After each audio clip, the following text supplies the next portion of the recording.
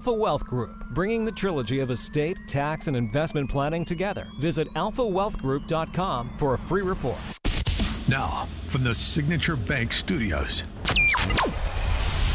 This is Chicago's Morning Answer with Dan Proft and Amy Jacobson on AM 560. The Answer.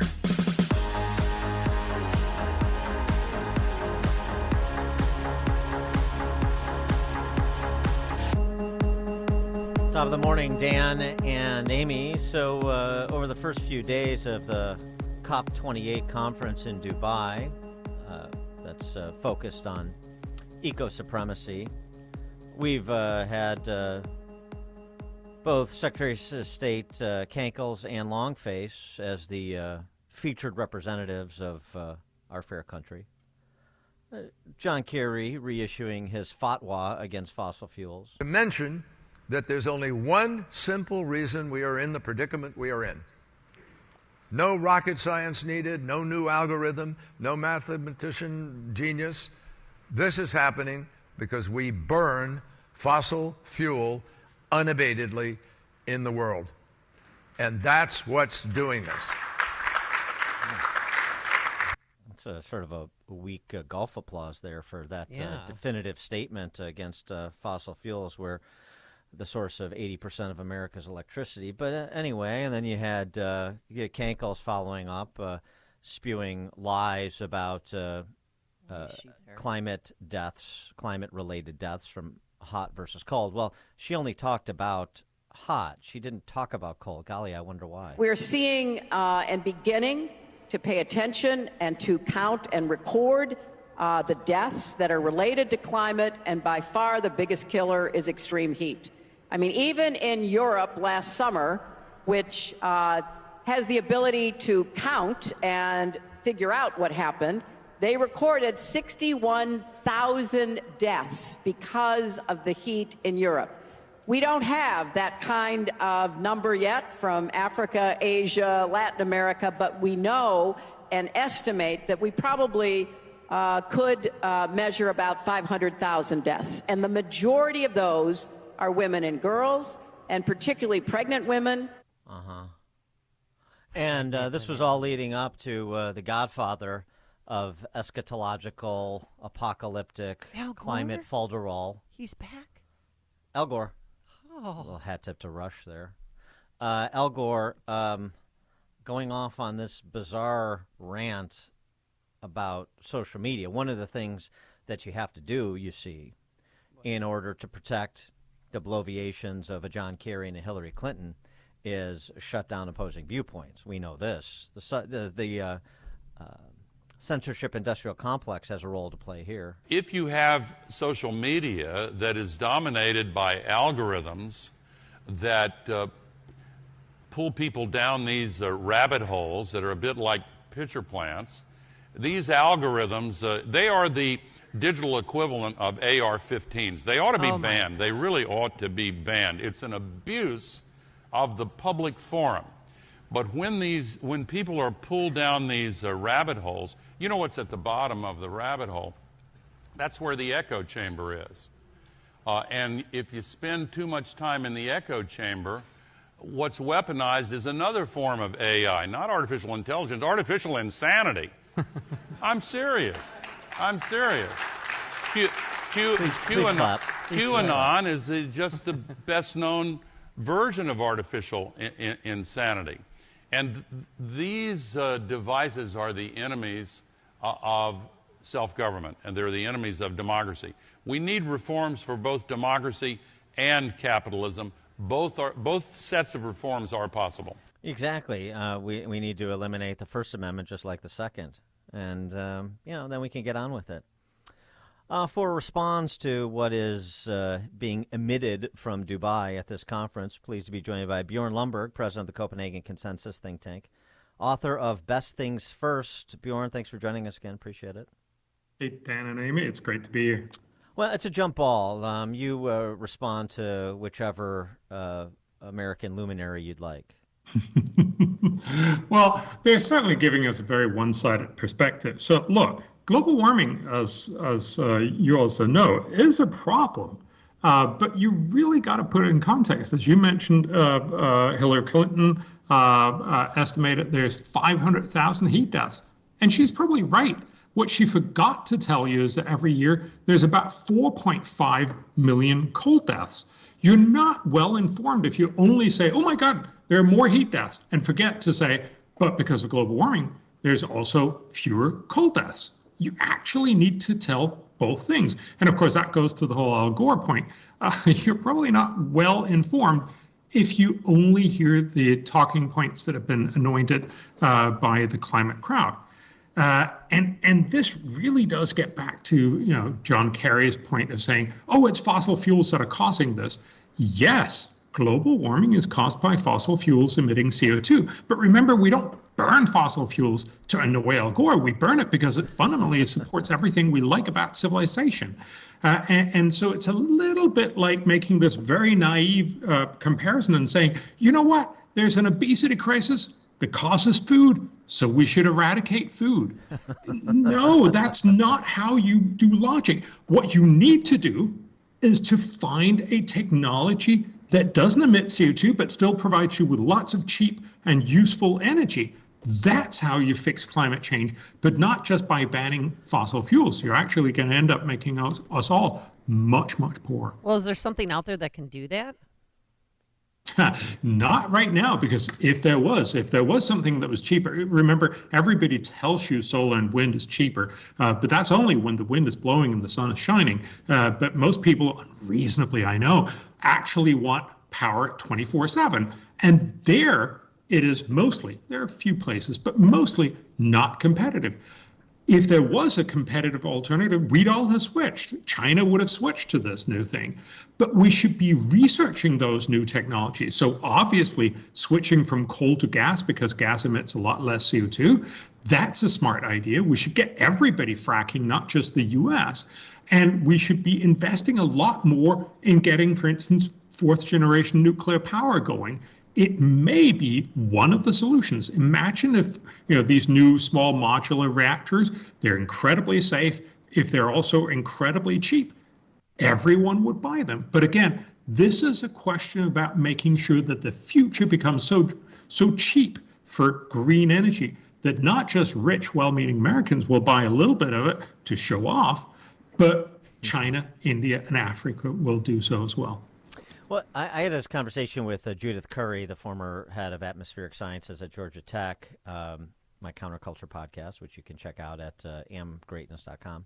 Anyway, one of the things that she pointed out, too, and I think we've discussed this, but, there's so much we don't know, too. It turns out that understanding the dynamics of what causes temperature increases or temperature decreases is complicated because the climate is a complicated thing to study.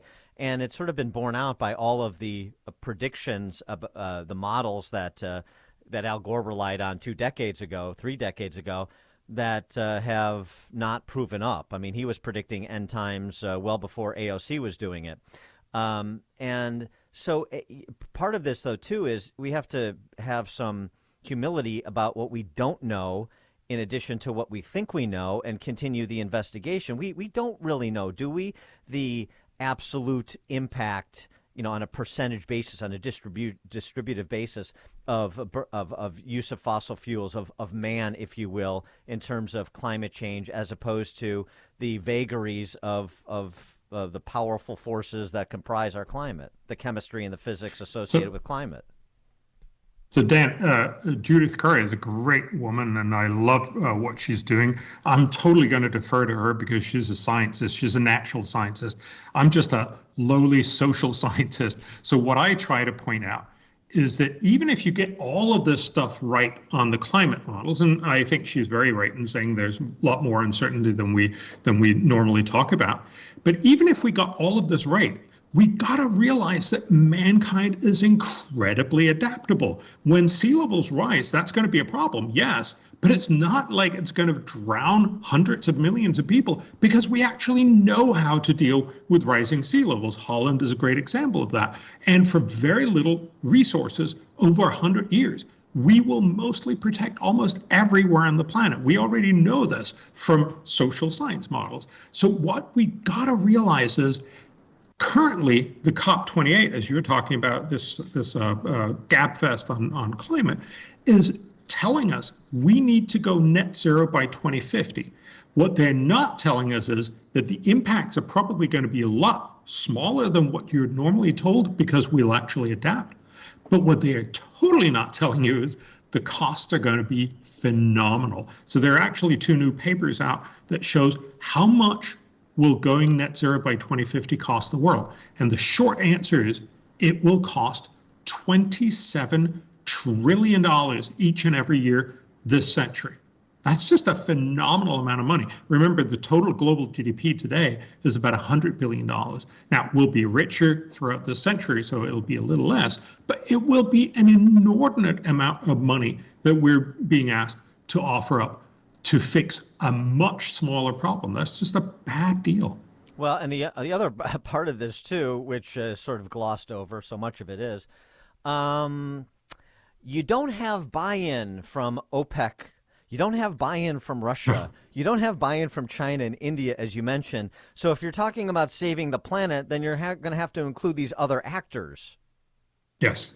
And then you're spot on, because fundamentally the problem here is you can probably convince most of Europe, some of America, some of the other rich countries in the world. But remember, if every country in the rich world went net zero today and stayed net zero for the rest of the century, which of course would be phenomenally expensive and basically stop modern life as we know it, even if that happened, we would reduce temperatures by the end of the century by less than 1 degree Fahrenheit. Yes, it would have some impact, but only a small impact, because the majority of the emissions are going to come from China, India, and Africa. And as you mentioned, also Russia and the other OPEC people, and some from Latin America. But the fundamental point is this is only going to work if we get everybody else on board. And we're only going to do that if we have the innovations that Amy and I talked about earlier. If we come up with cheap green energy for the future,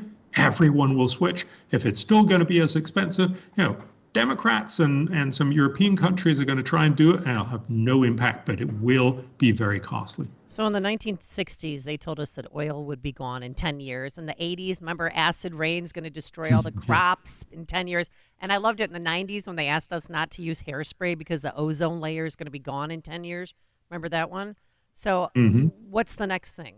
What's the big scare? Well, the next thing, obviously, is climate. And again, it's important to say all of these issues were, to a certain extent, problems. So acid rain did affect some very vulnerable lakes, especially Norway and up in New England, those kinds of places. The ozone layer was a problem, but it was by no means the end of the world as being portrayed. And the solution, of course, especially for the ozone layer, was not to make everyone feel ashamed and stop using spray cans. It was to find replacements for these ozone depleting substances. And DuPont came up with that. And suddenly it only cost a couple $100 billion to fix. And we did that over a couple of decades. Again, you fix a problem when it's cheap to fix, or even better, if it's advantageous. You don't fix a problem if you're asking people basically to be poorer, colder, less convenient, eat less, drive less, all these stuff. That's not going to work. You're not going to win elections doing that. That was a huge development, going from the aerosol can to the pump spray. I mean, John Kerry alone saved the planet with that transition, right? So we've gone. So it was a combustion engine that was a greater threat to the world, the nuclear holocaust. That's what Al Gore said 2.5 decades ago. And it's just not. Well, right. Well, apparently. And now it's your washing machine. Yes. Well, it's everything, right? You have to stop eating meat. You have to stop driving. You have to stop flying. And you have to stop doing all these things. And again, there's 2 points to this. First, it's just not going to go down well with most voters in the long run, both because they don't want the cost, they don't want the inconvenience, but also it's not how you convince everyone else. You're just not going to convince Africans and Indians and Chinese that are coming out of poverty and actually, understandably so, want a better life. They're not going to say, okay, I'm going to give that up. I'm going to get used to poverty instead. They will want to get out of poverty. We should support them, but we should also invest in the R&D so that eventually we get these green technologies that'll sustain us in the long run. I mean, we should fix climate change in the long run, but we should fix it smartly, and we're not doing that. And we're certainly not doing it when we're scaring everyone witless. Yeah, save the planet from the people seems to be the value proposition out of COP28. Bjorn Lomborg, president of the Copenhagen Consensus think tank, author of Best Things First. Bjorn, thank you as always. Dan and Amy, great to talk. Thanks. And he joined us on our turnkey.pro answer line. Listen to Dan and Amy on your smartphone. Download the AM560 mobile app today at 560theanswer.com/mobile. Signature Bank is Chicago's fastest growing independently owned business bank. It's a bank where relationships still matter. I'm Dan Proft, and I know this because Signature Bank is my business bank. And this is Brian Duncan, co-founder of Signature Bank. We wish you the very best this holiday.